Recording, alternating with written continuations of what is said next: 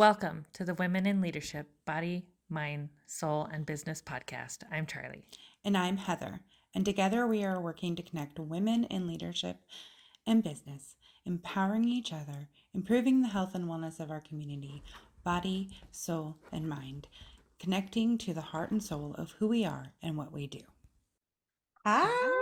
Oh my gosh, I'm so excited for today. Me too. Yes. It's a wonderful day. Yes, it is. All right. So if you haven't had the chance to meet this beautiful, Amazing soul.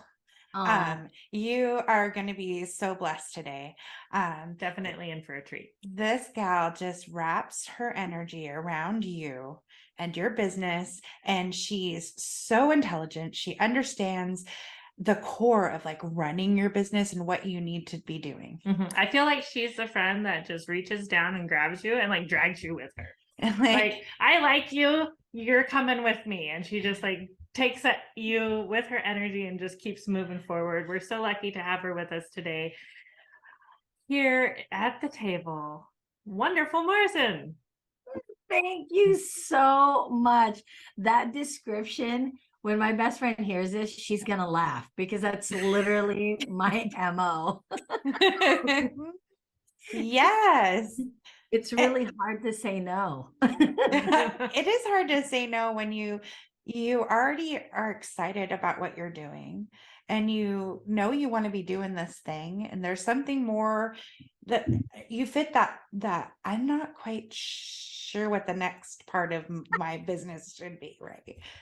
Yep. And that's where you come in, right? And you're just like the biggest fan of whatever you're doing. If you're like pouring your heart in, you just join right in there, and then that raises the vibe and elevating what you're doing. It's fantastic.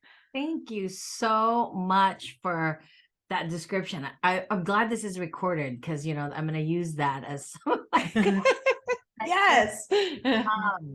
Yeah, I did. I'm really, really, really super honored and grateful to be here because, we just met, but right away, you know how the energy of the vibe of the person, right? Whether it's like, I can see these people in my life forever. And today when Karen asked me like what my favorite thing was about the community we all belong in, is what I was surprised about is the friendships I would make and the depth of those friendships, because I was not in the market for right. I was really hyper focused on rebuilding a business that building a new business and rebuilding my entrepreneurial spirit because of a tragedy that happened in our business life. So should I go into that right now? It's totally up to you. It's up to you if you would like to talk about it, because that you have overcome a lot. And that's part of what you're doing now is showing other people how to overcome those things. And I think that's why my heart is for women entrepreneurs. In the beginning of this online space, so 4 years ago, well, almost 4 years, December 15th is my anniversary. It'll be 4 years. Woo-woo.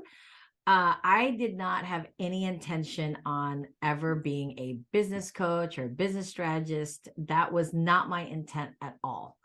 And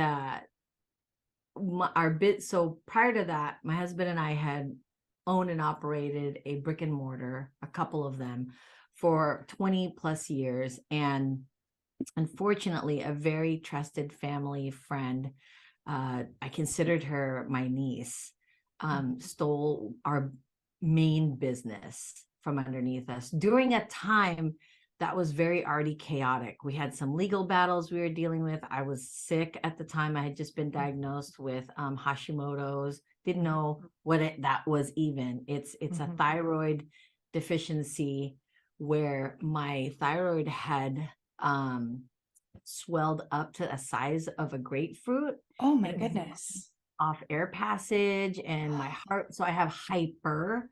So I think that's Graves' disease is what it was. Hashimoto's. Anyways, So if I had waited another week, I would have had heart failure to go to the doctor. So during all of this personal chaotic time, she was making her way into taking over the business on all levels. And people ask me all the time, well, how did she do that? Because it's like, gosh, you've been in business so long and she's your family friend. Well, because she was part of our family, all of our banking institutions, all of our payment systems already knew her because we'd introduced her as part of our program. Business. Yeah. As we're dealing with our legal battles and my illness. Here you're thinking she's helping you out and she's just taking some of the load off for you. So just a very personal.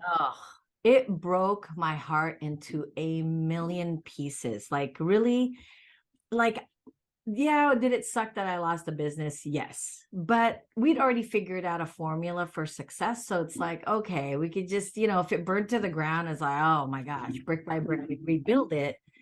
However, my relationship with her is what really broke my heart, because I love her, and I mean, I don't even know. So I was really scarred at that point. And then some of my best friends believed her over me. So I was just jaded with women friendships at the time. So then here I am. I'm thinking, okay, I'm just gonna go and bury my head in the sand. That was my whole plan. I was just gonna hide out, and maybe try out drinking a lot. Something that could help me numb and disconnect to life, because I was so heartbroken. And then when you lose your business, you worked on it for 25 years. You were just completely crushed. And thankfully, though, our children were old enough that they salvaged our other remaining business and were able to liquidate a lot of assets, so that the main thing that was taken was our cash cow business, the main business. And then on top of that, so when this whole coaching thing came to life, it was not by choice. I had a couple of friends who reached out and was getting into business, growing in their business. And they're like, hey, what would you do if this happened, if this happened? So I'm just kind of I'm probably 2 bottles of wine in going, well, this is what you would do. Just really honest. Yeah. And I just started helping them formulate. It just kind of at the time I didn't recognize it, but it told me I already knew enough about business that I could do it inebriated, right? Which no, don't do that, people. That's not the plan. That's not but the plan. You needed to know that you were intelligent enough already. Yeah. And I was just sad. Yeah. And what hit me was in that, a couple weeks later, she's like, oh, she called me. She's like, oh my gosh, that's brilliant. It worked, blah, blah, blah, blah, blah. And I was like, cool. Still didn't know. My son says to me, is this your new job? You're on the phone all the time. And I was like, what? Is this a job? Can I get paid for this? I didn't know. So I looked up coaching, but the only thing you could find at the time was life coaching, because it was just starting to really make way into the mass general space of the world. Right. And so I was like, what is this? So I went and got certified. I have goosebumps. You were right at that age of when sharing your information became so important in the it was force. A thing. Yeah. Totally. I have goosebumps. I'm like, ooh.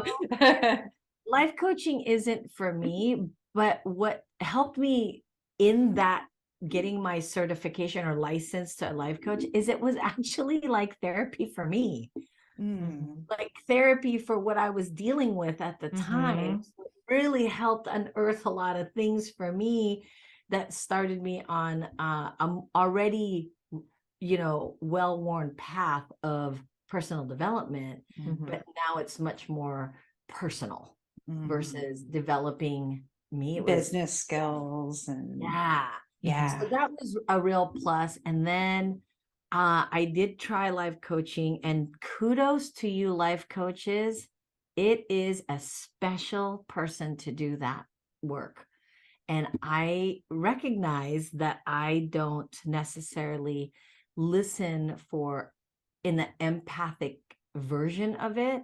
I listen to solve problems, right? I really hear the situation and I want to solve it. So business just became it was already something I've done forever. It's very much part of my skill set of problem solving. And then I just put it together. I'm like, magic, right? But I didn't know who I was aiming for. I didn't know, who I was aiming for. And initially I worked with men and women, but mainly men, and they understood the process better of like following your numbers, stats, the whole data, the whole thing. But women, my heart felt called to help women because women are not short of passion. Women are not short of commitment. Women are not short of loyalty to their endeavor. But they are challenged with the foundational basis of how to grow and sustain and create profitable businesses. Because all of that is sort of jargony and systemized and very masculine energy. Yes, right? Yeah. So I thought, okay, I'm going to help women because they are working so hard at putting their passion out into the world, but can't understand why the profits aren't being returned on that invested time and energy. So I could see where the gap was, right? There was a You gap. see the solution. You already know the answer to this problem. You're like, I got this. I know what you need to know. Right. Totally. But there's so much. Right. There really is. So many moving parts to business. I couldn't really hyper focus which part that they needed most importantly to grow. Like when you're developing your business, it's all about the hustle, right? You're just hustling to gain awareness, to gain visibility, to gain recognition, traction, anything. Yeah, that development piece is fun, and it's not my cup of tea necessarily. And then women who are already way above and beyond, and all they're trying to do is retire, also wasn't in my space. But growth, women who are like at that cusp of like, okay, this is cool. I've sold 2 things. I want to sell like 100 more, right? Which is this fine stage of business. So you're starting to believe in yourself. You're creating that belief that you can. So you take that belief that you can and show the way. Yes. And I want to be really clear. It's not necessarily a business stage. It's not the startup. It's not the mid. It's actually the stage of the entrepreneur that matters most, right? Because the stage of the business is dictated by the will of the entrepreneur. So you could do it long term. I mean, it could take 10 years. It could take 10 months, but it's really up to the entrepreneur. So for me, I had to gauge out which niche to help, the business itself or the entrepreneur. And I realized that it needs to be in the entrepreneurial space, because the thing about women is we're like the smartest species in the world. Because there's so many facets to us that move at the same rate at the same time, and we can keep all of them going. We know how to open up multiple tabs and keep it rolling. And do it very efficiently too, right? Effectively. So if I could just translate that same tenacity into business realm, it's a winner chicken dinner, right? Yeah. Because it's not the capability or the knowledge that's lacking. It's how to move the actual moving pieces of business into your industry and in your business now, and put it in the right order that makes the most sense, that builds growth and that kind. So that was really a lot of, test and trials and oh, that's not going to work. And I'm not a wordsmith. So a lot of my titles were really dry and masculine, like The Art of Persuasion. Women don't read that title and go, that sounds awesome. Right. So I had to really figure out what makes sense for the women I'm looking for. The ones that are like, maybe had just started their business 6 months ago, but are so committed to making it work. They just need the process of the next growth of the next 6 months. Right. Right. So, and that's really, and you're teaching a course. Yeah. So now all that. of this led you to this amazing course that you offer. So why don't you tell us a little bit about your course? So again, like I said in the beginning, I tried everything. And what I did for our business, how we were able to take a borrowed $38,000 and turn it into $1 million, was a lot of back end work of marketing and branding, because that's really always the first impression of any business, right? I knew that logically. I just didn't know that that's the thing everybody needed to really focus on for their business growth. So then I decided, okay, I'm going to create, and when we were growing our business, it wasn't called branding. None of it was just has a name like it does now. It's just building your business. Right. This is what you do to build a business. You make a logo. You totally. Do these steps. Titles to it, right? So now it's even cooler because there are. So it's very clear. Yeah. So I help women entrepreneurs strategically create and build a brand. Right? So it's not about helping you with what colors you need or the font style, or, but I tell you why that's important to engage and attract your dream clients. Because there's a difference with just shouting out to the rooftop, like, I own a business and it's so awesome and everybody should do it, versus this is why you need it. And I know that I have what it takes to help you. That's true. They're communicating the exact same thing, but one is more appealing than the other. One, it's you just walk by and go, wow, they got a loud voice. That's good tone projection. Right? Totally been there. I totally saw it as me. I am that cheerleader that like rids on people, right? And I'm like, calm down. Right? Okay, so I see you struggling. I can help. Right.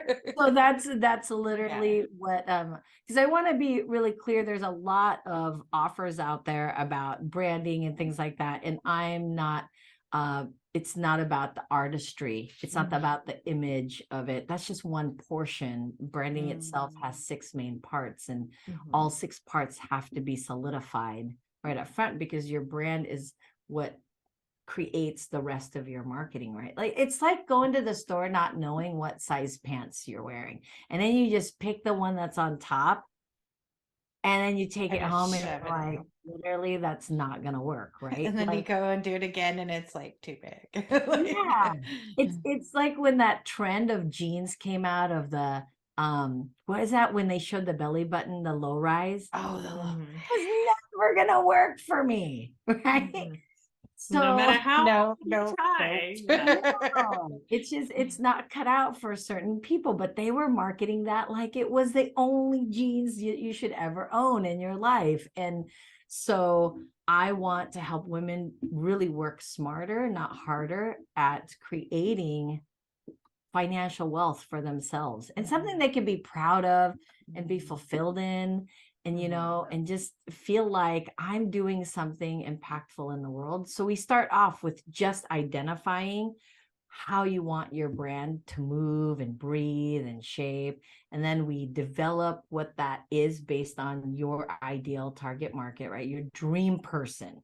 I always have people focus on one person that they would duplicate over and over again if they could.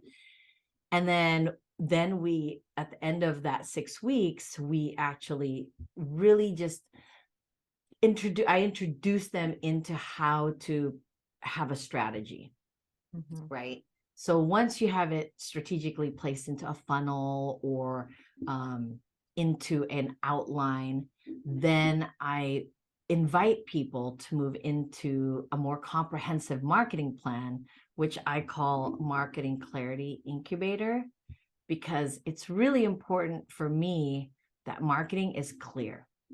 Like it pains me when women tell me, oh, I've hired a VA and a website designer. And I'm like, that is fantastic. I think that's brilliant because that's what we do. We create more employment for other people. And then like a couple months later, they're still struggling financially. And I'm thinking, you're not utilizing the people you just hired to increase your financial. Right. What you're doing is you're using them to increase the thing you don't want to do, which is usually social media but there's there's not an actual like purpose to it. Right. And so that I think hurts businesses more than it does them good, because then the entrepreneur gets very disappointed and then they start to think it's them. Right. Then they my get in their God. head, and then we They got to take talk it about the personally. 4 agreements. Yeah. And then it's overwhelming because then the assumption is, oh, I just got to do more of the thing that's not working, which is like the exact definition of insanity. Right. Doing the same thing over and over again, hoping for a different result. Yes. It breaks my heart big time. So Right. I'm just like, listen, sister, like how Charlie first described me, I just want to take their hand and drag them.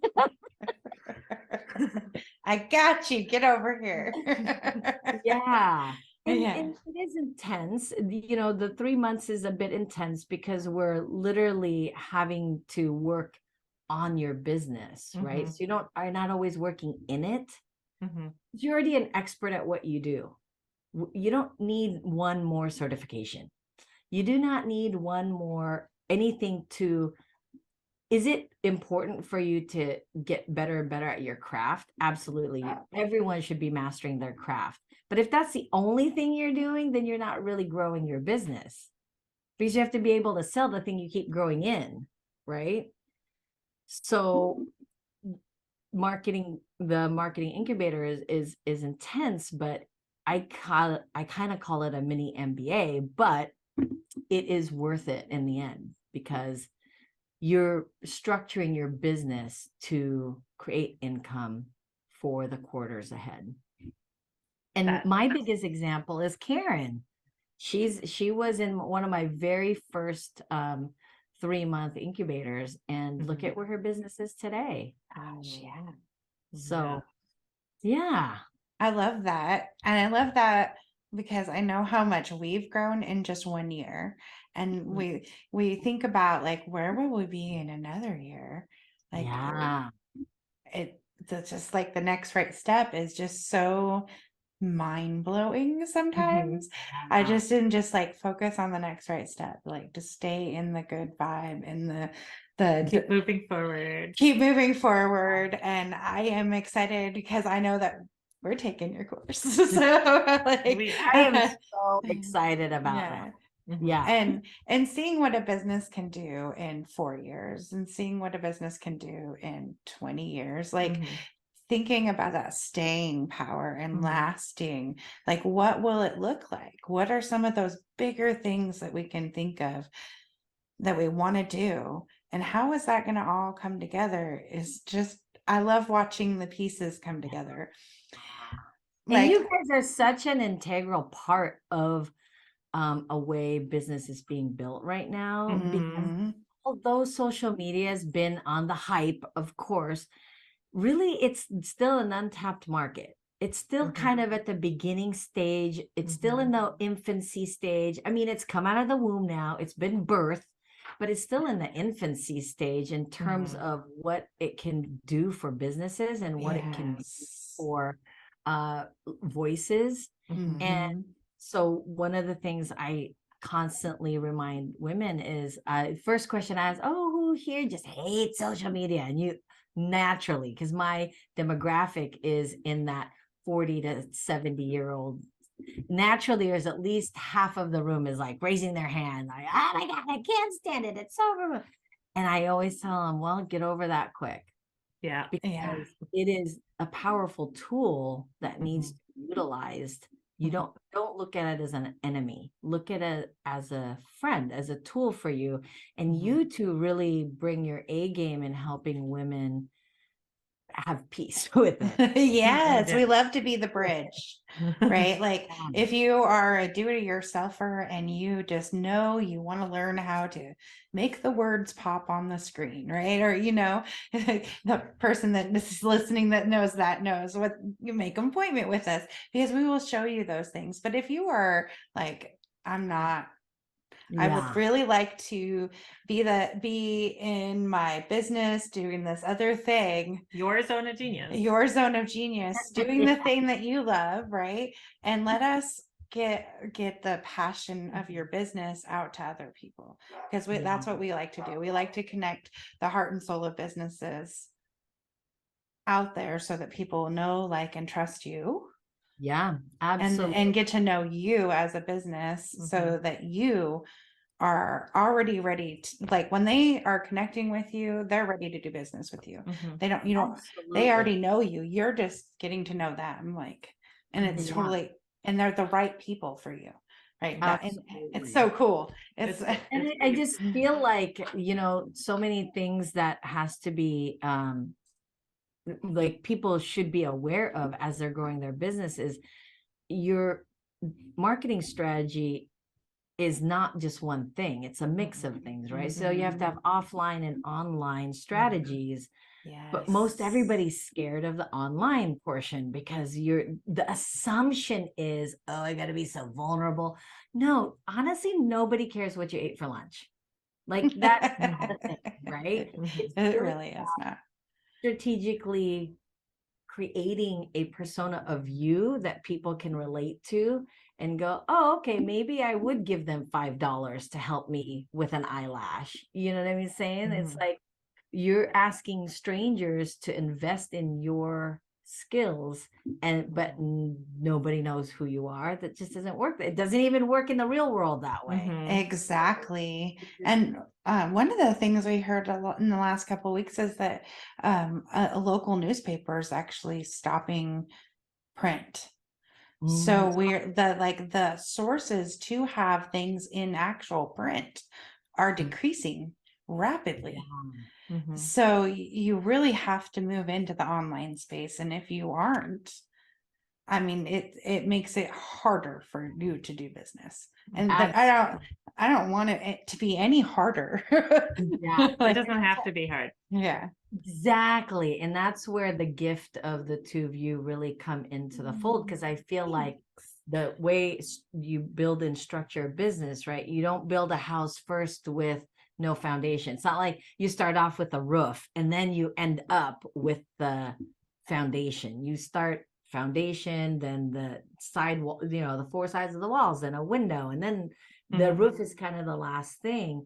And that's how I feel like this is, right? You got to have a strategy first, and then you implement people that can plug into that strategy and not the other way around, because then it won't be built very strong. Right. You have to like, I guess, building a home. So I think, and then there's this other fear of like competition, or is there, I remember one lady asked me once, she goes, well, don't you think that there's just already enough people out there that do what I do? But they don't do it like you do. Right. And the thing is, there's so much business out there. But I feel like it's like, would you plant another tree? Like you would still plant another tree. Like, right, but you wouldn't plant it in the exact same spot you already have a tree. Right. And that's really about strategy again, just being able to see, well, how wide is the land, where can we put the trees, how far apart could they be, kind of thing. And I was kind of shocked when she said that, because I was like, I guess, I mean, can you imagine if Coca-Cola decided to give up because Mr. Pibb came out? You know what I mean? Like, it just doesn't, did I just say with the whole Mr. Pibb. we heard nothing. I should have said Fanta. Oh, Fanta. Because you want, don't want. Okay, anyway. I mean, because those types of archaic businesses that believe that there's, I mean, we don't hear of them now. Like, who would have thought? Who would have thought, right? Like J.C. Penney's or Sears, for crying out loud. I mean, who would have thought Sears would not be in existence today, or Kmart? Right. Toys R Us. Oh my, Toys R oh man, the one in my neighborhood is that they still have the sign, but it's all boarded up, and it literally makes me cry every time I drive by. It's so sad. I just think It's like a monument to your childhood, right? right. There's always the treat. Oh, you're gonna go into. So I just feel like those things can be avoided if we embrace areas that we don't necessarily like when you have people that are willing to do it. Yeah. Yes.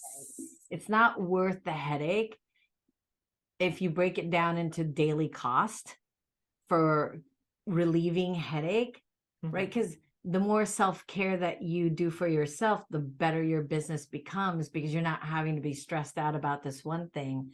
But women just don't understand how to allocate their expenses either for growth. They're just based in fear. Like they're afraid that they're going to be forgotten, or they're afraid they're not relevant. So they're just hiring out for that purpose versus growth purpose. Yeah. And there's a huge difference in that.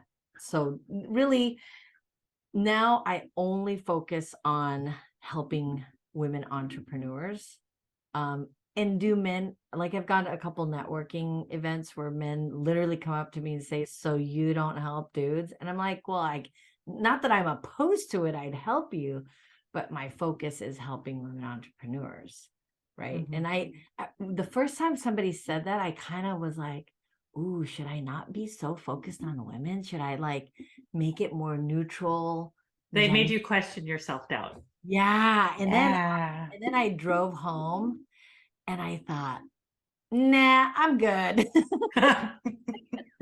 Right. And there's always been the support for men, because this gathering for business purposes has always happened. Yeah. It just happened in a very masculine way. And now we're doing it in a feminine way, and we're showing other women how they can do it in a feminine way. And that is really a gift. Absolutely. I mean, you get to meet amazing friends, right? Yes. Like wonderful.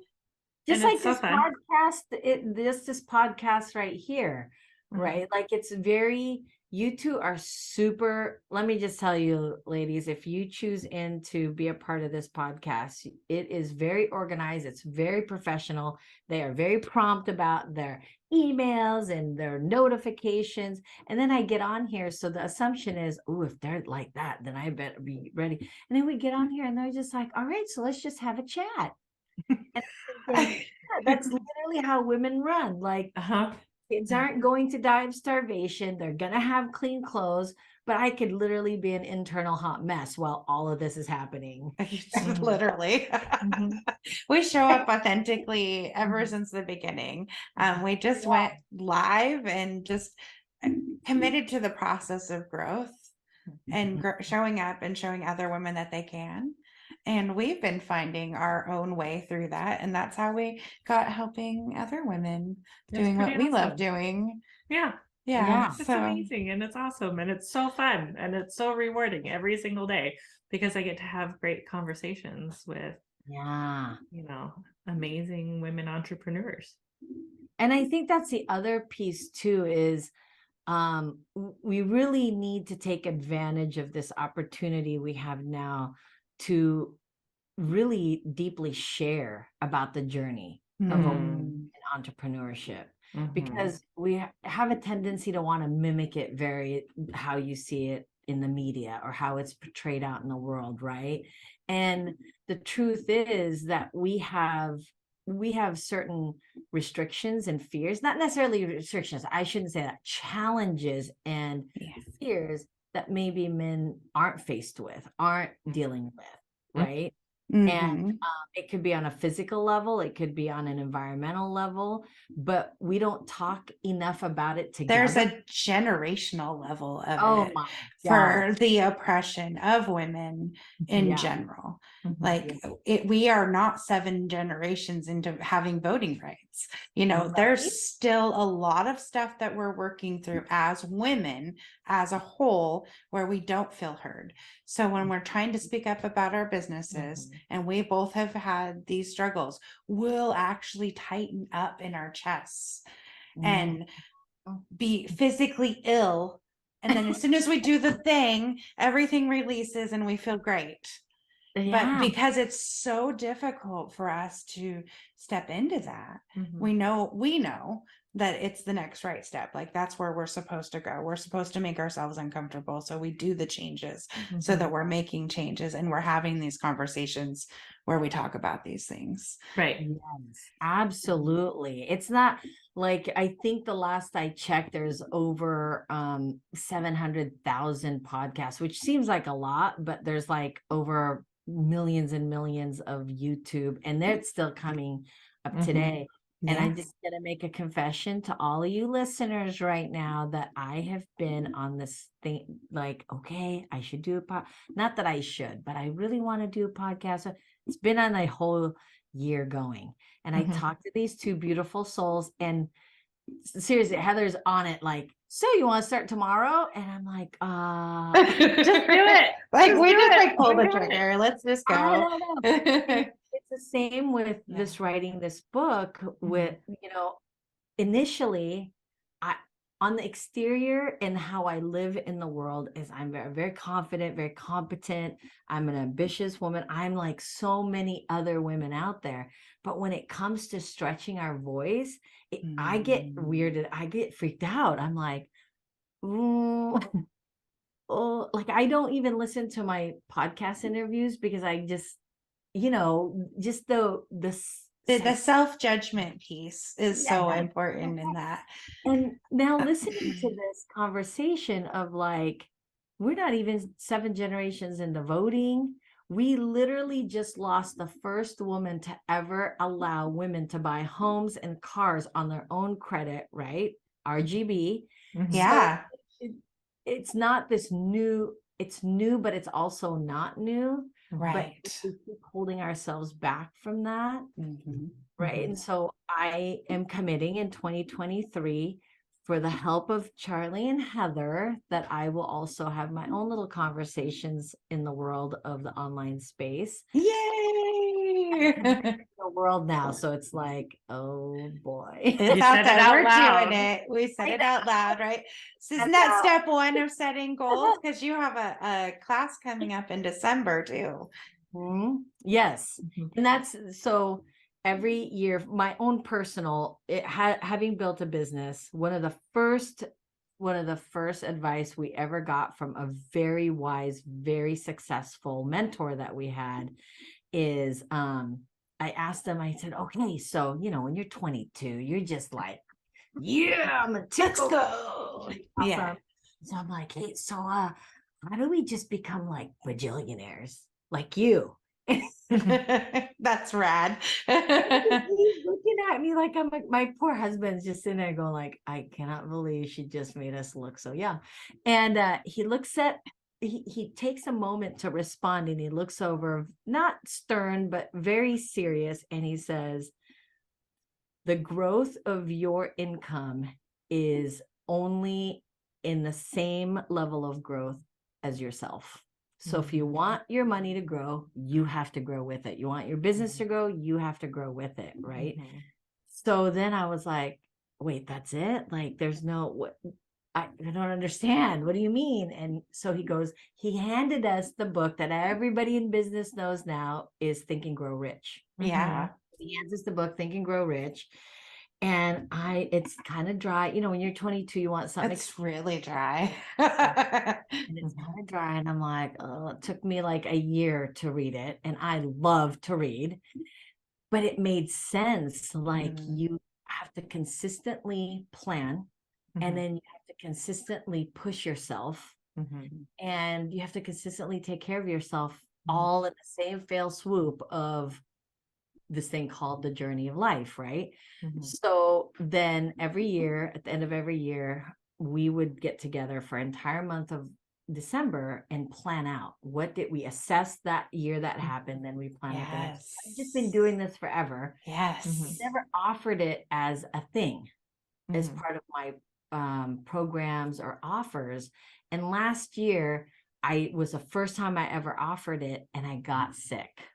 Oh Got no. sick but I wasn't about to cancel it. So I'm on that. I probably would, what to do, Oh, bless your heart. And That's the dangers of live, oh my right? Like God. when you're doing something live, you have to show up. Like I know, and I kept we've done it. We've been in apologizing. different places, Oh, so we aren't getting each other sick and been yeah. on when we probably should still be in bed and go back. Well, I can't say that. I have podcast from my bed, so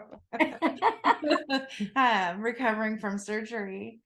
You can Yeah. like But see, that's the thing. That's the thing that just, those are the sort of spaces that I think women excel in, is in that space. And so I'm offering it again this year. And by the grace of all heavens and earth, I will not get sick.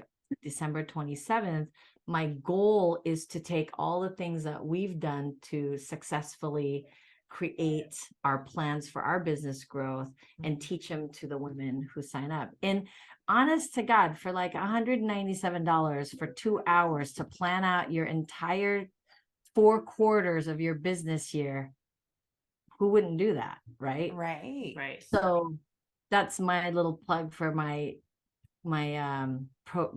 class, a workshop that I'm doing. Your this- workshop. Yes. And it's exciting because when you really look at the 4-quarter strategy and you can really see like what your business is going to be doing and how you're going to do it, like that's just such a gift to yourself. I heard from one of our ladies earlier this week, actually, that no plan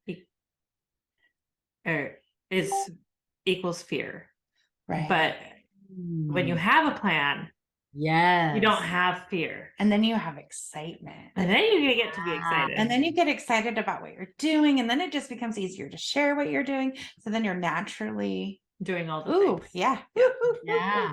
On that And note, even if it deters from the actual plan you wrote out in January, so July, maybe it like, ooh, it kind of, but you then course correct it, right? Because then you assess and revise, assess and revise. But it's when women tell me they're overwhelmed, it's usually because they don't have clarity in their direction. Like 99.9% women are overwhelmed about their business because there's not a clear path to where it's headed.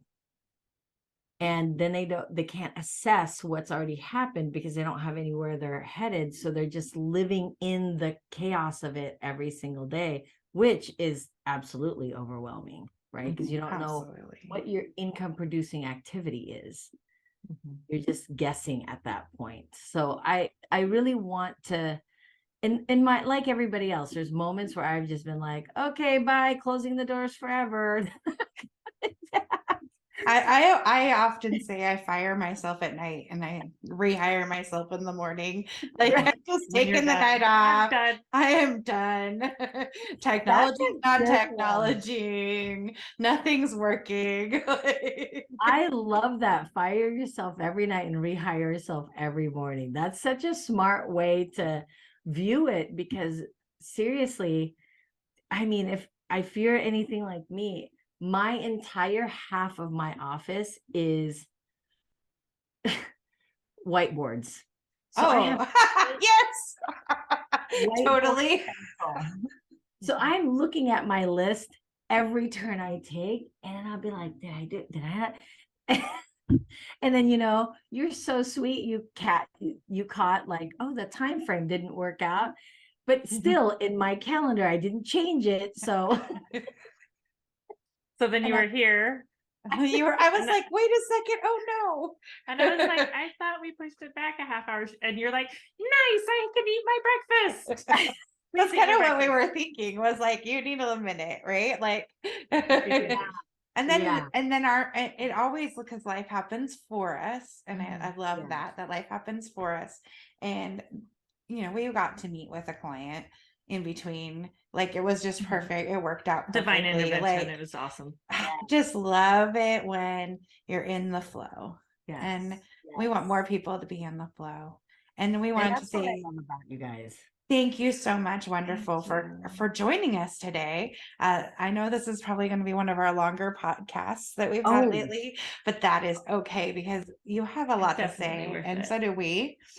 And it's awesome. It's all awesome. you. And we can't wait to learn so much more from you. All of your information for people to contact with you will be in the description below. Yeah. Awesome. So Cool. stay tuned to listen to a message from Susan and Greta. And as always, we want to say thank you to our audience. Without you, we wouldn't be here. Right? We Yeah. love you. We love you. Namaste. Thank you. Namaste. Namaste. Mwah. So we are Sue and Greta, or our trail names are Lilo and Stitch, and we are hiking the whole Appalachian Trail from Maine to Georgia, so 2,194.3 miles. And we're doing it to raise $50,000 or more Yes. for Parkinson's disease research. Yeah, through the Michael J. Fox Foundation. And we are doing it all in honor of my dad, her husband, who was diagnosed with Parkinson's disease back in 2010. So Right. and we all know so many people who are diagnosed with Parkinson's disease, and we are trying to do our small part in the world of Parkinson's disease to find a cure. Thank you for joining us today on the Women in Leadership Body, Soul, Mind, and Business podcast. Please download the podcast on your favorite podcast player. We love you, and we will see you next time. Namaste.